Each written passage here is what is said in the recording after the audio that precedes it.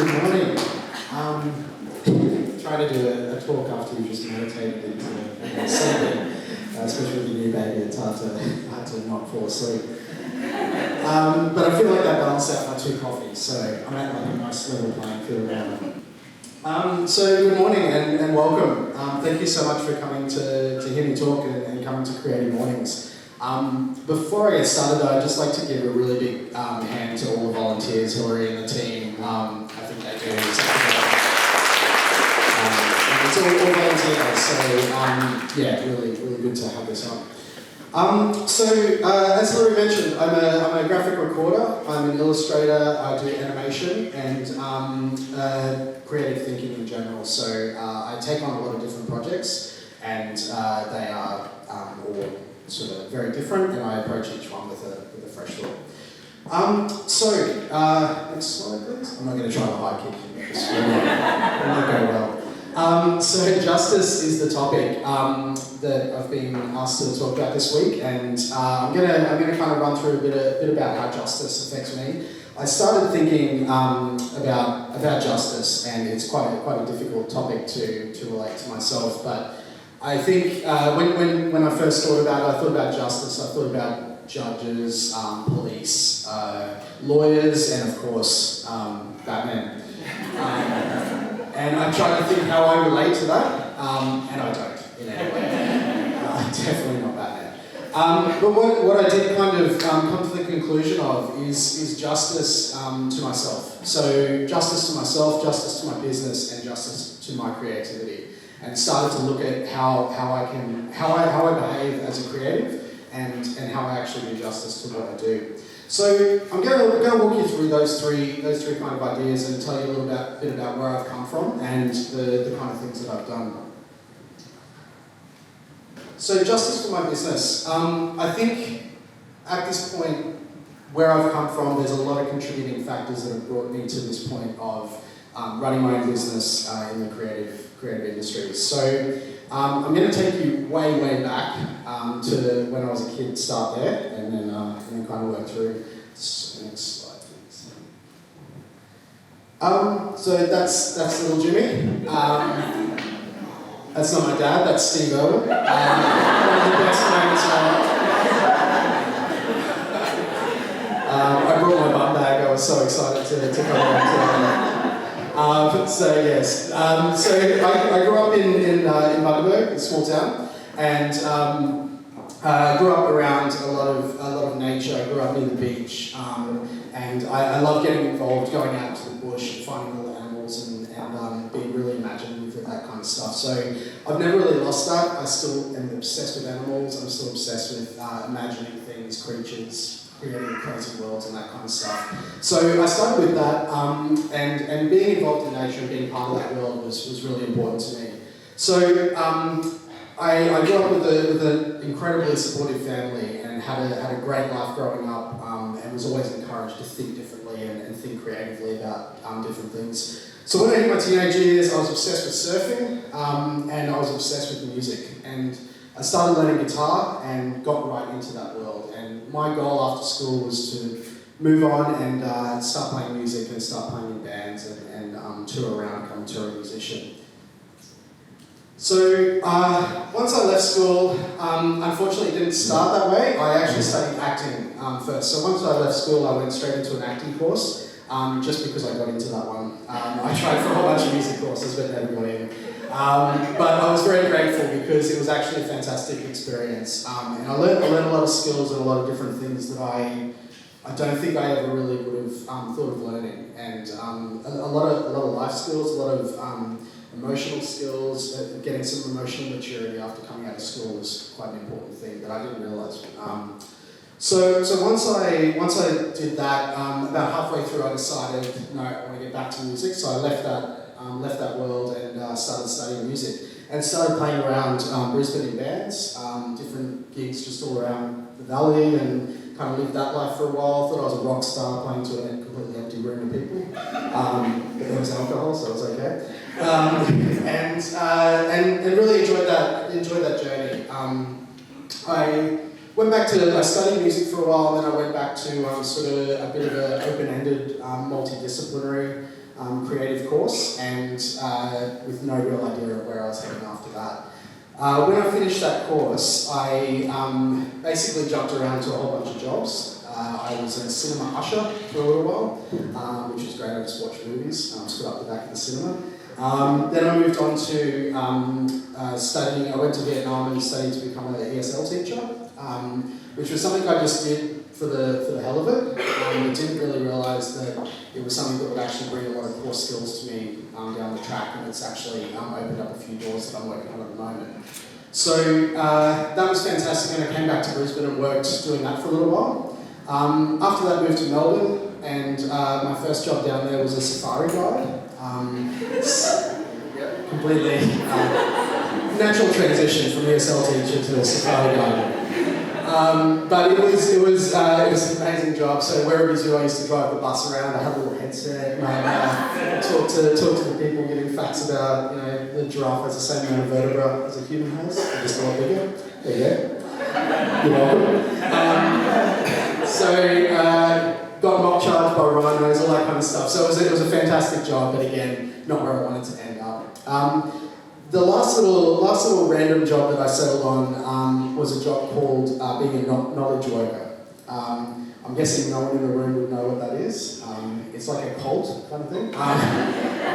It was a very strange job that I fell into through a connection of basically big consultancies like PwC, KPMG have like small creative teams that deliver events for big corporations and government departments. And these events worked really well for creatives because you could come in, you could do a week of work, work with a whole bunch of other people from other disciplines like architecture or interior design or teachers or all these different kind of creative roles.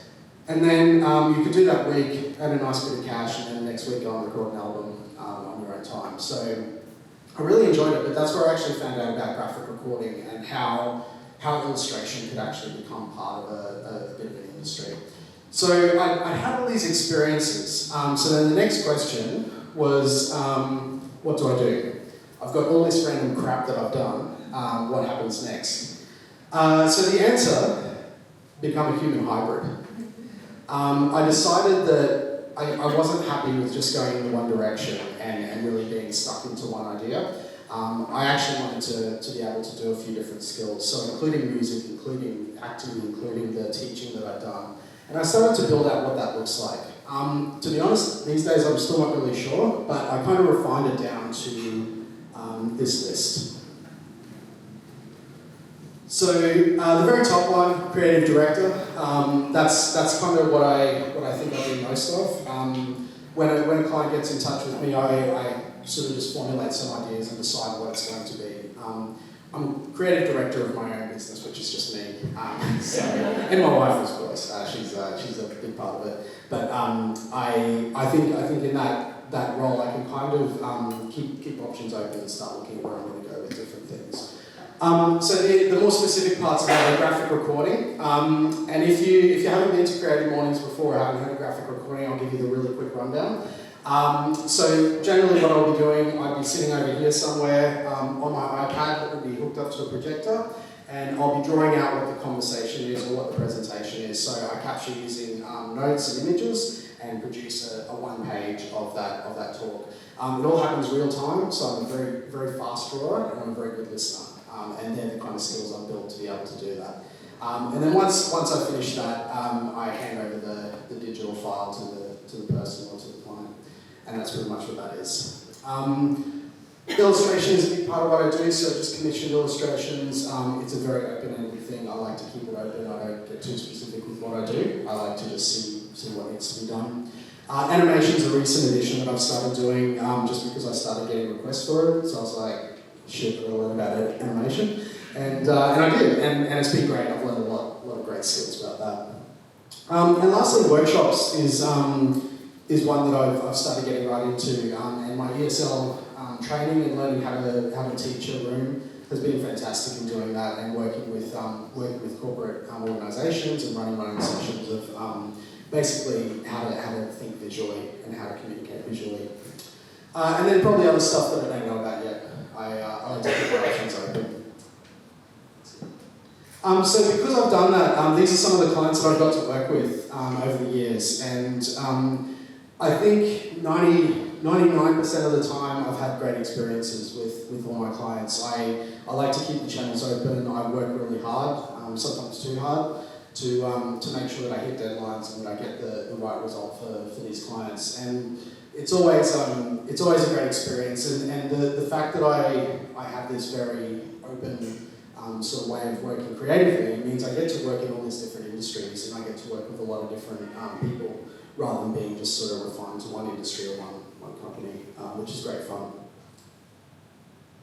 So that's me. I got to run a workshop for 60 people for a company called Arab last year, which was a really great experience to see how I can actually run a workshop with 60 people for Arab. It was a little bit daunting. I hadn't run a workshop with that many people, but it went really quite well. I just walked around a lot and really kind of got people engaged and connected with how to draw and learn some basic drawing skills and how to communicate visually. It's also led to me doing some basic consulting. So I actually work with small groups and help them visualize their story, and in doing so I have to do like a bit of an interview process. So I actually talk with them and I workshop some ideas. What's the story you're trying to tell? How can you tell it? That kind of thing. So that's me with a terrible look on my face doing that in action. So when I left school and was playing music and working, doing illustration and kind of enjoying the creative side of it, there was a bit of a notion that if you start selling your work or if you're working for companies, you're a sellout. And I never really believed it, and I never thought that was a very good way of looking at it, because I think what you can do can be monetized in a positive way. So my notion is that selling out is old school. I think anyone who's a creative works like a business, and if you're gonna succeed, you have to think of it like a business. And it's not just about the financial side. I think that it's really important to look at it from a side of having really good processes and having good ways that you work and good ways that you run your show. Because if you don't have that, things can fall to the side and you might lose business. Cool.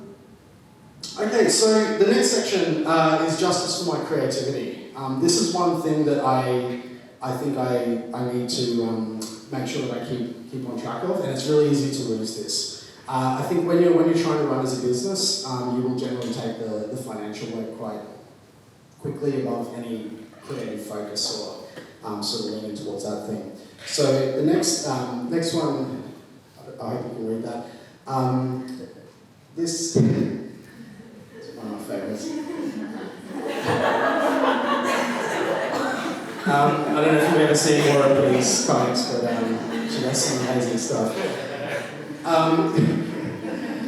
I do feel like this sometimes where I think it's really important to find the balance between what you do, the work that you do, and the creativity that you bring to it, and this pressure to constantly pay the bills, keep the lights on, and keep work going is generally, I'm sure a lot of you experience that, where you're so stressed because an invoice hasn't come in, or you're so stressed because you haven't actually got any further with a job that was meant to go ahead a long time ago. And when that happens, what falls to the side is the creative aspect of what you're doing, and being able to explore creatively is so important. And I'm a big whiskey drinker, so when you taste a whiskey that's been aged in a barrel for a long, long time, the whiskey over here too, it tastes a lot better, and there's a lot more flavour in a barrel-aged malt whiskey compared to one that's not. And I think creativity works quite similar. If you don't allow time to kind of bloom and soak up some ideas, you miss a lot of valuable information, you miss a lot of valuable opportunities. So I think in giving the time to be creative is one of the best ways you can do justice to your creativity. So I think trying to think where to start with this one. When I do graphic recording jobs, a lot of the time I'll have people come up to me and they'll say, "Oh my God, you're so talented," or "You're so lucky to have that gift." I'm not lucky. I've worked fucking hard to get there. So Oh, sorry, there is swearing in this talk, by the way. But I have. I've worked for 10 years trying to develop that skill set. Whether it's going from doing graphic recording, animation, or illustration as well. It's something I've worked really hard to get to that point. And I think people do have natural talents. I think people do have natural passions for things, but the only way you're going to succeed and get better in it is by working your butt off. It's also about exploration. It's about learning as well. And there are a couple of things that I try and put a lot of focus into. So I start every morning. I'll do some warm-up sketches or study sketches of things. So when I started graphic recording, I definitely wasn't a very good illustrator, and I've always drawn, but I've never drawn really professionally or tried to draw really well. So this is something that I just found I need to work hard on this, and I need to try and find ways that I can keep working on my visualization. So I kind of mix it up each day. So Mondays I might be doing life drawing, or Tuesdays I might do some environment studies, Wednesdays might be character, that kind of thing. So I make sure I'm covering lots of different bases. But these are drawn without any intent to do anything with it. So it's literally just scrolling on, I'd say page, but I work digitally, so scrolling on the screen, a whole bunch of things. So I could draw about 10,000 eyes on a page and go, yeah, I'm not going to do anything with that and just leave it. But it's about the process. It's about actually giving it a go and seeing if you can find some different ways. Because sometimes you'll find a really good way to represent something. Okay, so I wanted to just talk through a couple of projects that I've done where the business and creativity has met really well. And so I've got three to show you. So this is one that I did a little while ago for a podcast, and it's a couple of guys in New York who do a podcast about writing New Yorker cartoons. So it's called Is There Something in This?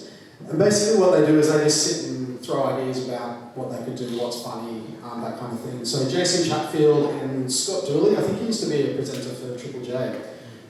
So they basically just talk about it, and we had a chat about how I could do a graphic recording of their podcast and capture sort of what's happening. So this was the output, and it was a really pleasant job to work with because it was done completely remotely. Most of the time I'm usually in the room when I do this kind of stuff, so it was done completely remotely, and it was just a really interesting conversation to be able to follow through, and a really pleasant experience to work with them.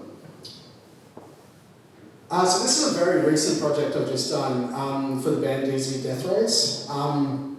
Basically, I had a chat with them last week about, very recent, about doing a t-shirt design. They asked me to do a t-shirt design for the new album launch. And this brief was a very vague brief, which I'm sure some people will recognise can be like a terrifying thing. Or it can be a really good thing. Depends what mood you're in. If you're really under pressure, you're just like, just tell me what you want, please. But in this case, I had a bit of time to work on it. So yeah, it was a fantastic job. And they kind of just told me what their album cover was going to look like. They showed me a picture of the album cover and said, this is the rough idea. Can you come up with something along those lines? And I kind of pitched the idea, and they said, yeah, great, just roll with that. And I sent through a couple of colour variants of it, and they said, yeah, we like that one, let's do it, and I'm very happy. So it was a very smooth job, and they paid really quickly too, which is great. But yeah, it was just a nice experience, and I was really happy with the creative outcome of that one too. So, okay, this one's an animation. Go for it. So I'll just talk you through it. So for West Village, Brisbane, they're over in West End. This was last year. When they were doing their launch, they talked about wanting to do like a promotional animation for it. So I came up with a colour palette, I came up with some design aspects, I got some digital brush strokes that I told them this is what I've been using, and they said, yep, sweet, can you draw this, gave me a massive list of things. And basically I went in with the client, we laid out a whole bunch of different pieces of paper with the pictures, and we kind of moved them around, took ones out, and it was just a really great process. It took a long time to do. A lot of the animation was actually frame by frame, so I don't know if anyone's ever done that, but it takes so long. It looks really good in the end, but it's so much work. And the end product was great. We got a composer to write like an original music track for it, and I think they've gone on to take some of the branding and put it up around town as well. So yeah, so that was a fantastic project with a really, really nice outcome as well. Can't remember what's next. Justice for me. Okay, so this is the third and final part that I've explored. So this is the one I'm worst at, providing justice for myself. I think when you're working creatively, it's very easy to put yourself at the back and put everything else at the front. Not just creatively, in any job, it's very easy to look at what you've got to do and forget about your health and your well-being. I do it all the time, and I shouldn't really be talking about this now.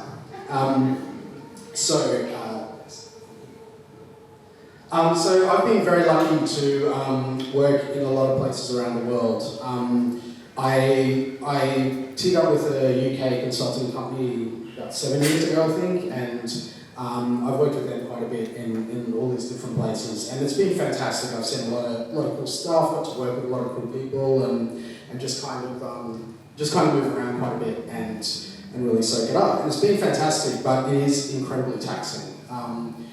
From an emotional standpoint, being away from family, being away from home, but also like working really long hours, going home to an empty hotel room and not having too much going on. So I've tried to make sure that when I do them, I'm connected to the world back home, and that I'm connected to myself and my creativity. I have started taking a little MIDI keyboard with me, so I just sit in my hotel room and like write little songs. It's fun. Yeah? No. No high kicks, no songs. Okay, so then I think in creativity, especially when people are starting out, I remember hearing this message a lot of just say yes to everything. So take on every job you can, take on every experience you can. I think you can miss opportunities if you don't do this. At the same time, I think you can get some really shitty opportunities. And you can get some jobs that you probably wish you said no to, and I've had that quite a bit. I think saying yes to everything is important, but it's got to be stuff that you want to do. And it's got to be stuff that means something to you, and it's stuff that you actually get something out of at the end. I'm sure we've all heard the exposure word, and it's one that we don't talk about here. If I do see that word in an email, I'll generally just delete the email. I think it's an interesting thing, because what I've started doing, and I've started changing my ways. I would take on a lot of work that I maybe saw like possible potential in, but didn't really know where it would go. And then I've kind of changed my tact, and if it is one that really does interest me, I'll jump into it. This is potentially unpaid work, by the way. But what I will actually do now is I actually start approaching other places. So instead of them coming to me, I'll go, look, I really like what you're doing. Can I get involved in that? Can I jump on that project? And I feel like I'm getting better results out of that. For myself, it takes the stress away and it's more interesting. So, yeah. Another thing that I've started doing for me is comics. I absolutely love drawing comics all of a sudden. And I think it's because of the story aspect. I love creating stories. Like I said, when I was a kid, I'd be creating worlds and characters and that kind of thing. And I think it's been a really good exploration to start telling stories in this form. It's a very cheap way to produce stories. I don't have to make a film and have a huge budget or anything like that. I can just sit there and put a few hours into it. So this is a bit of a new direction that I've been going in, and and I'm starting to kind of get some really cool stuff out of it. And I don't know what I'll do with it, but it's just nice